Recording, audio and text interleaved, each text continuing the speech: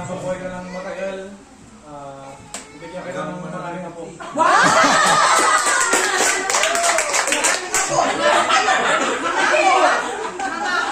Nangako yan, ha? Nangako yan. Nangako yan.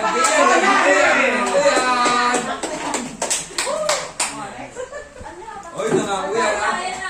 Ayan na, ang paborito. Parang nakita ko mahaba-haba to. Mag-iyak, ha? Mag-iyak.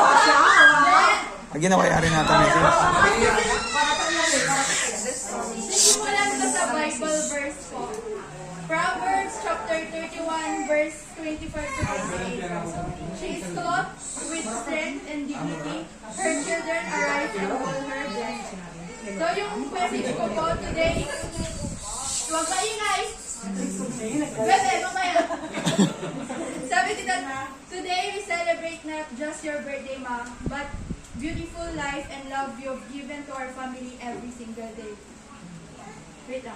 Thank you sa sacrifices mo, yung endless na patience mo, at saka yung always na pag-uuna sa amin bago sa sarili mo.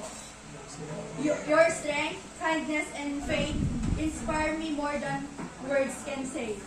You are the heart of our home and the reason so many of our happiest memories exist.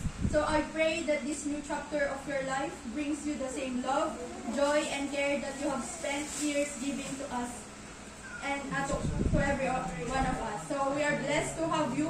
I love you so much. At bibigyan ka ng maraming apo ni Jory.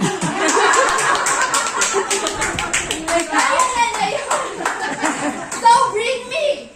Sino yung may 200 na buo? Ay, ako! Ma! 10! 9! 8! 7! 6! 5! 4! 3! 2!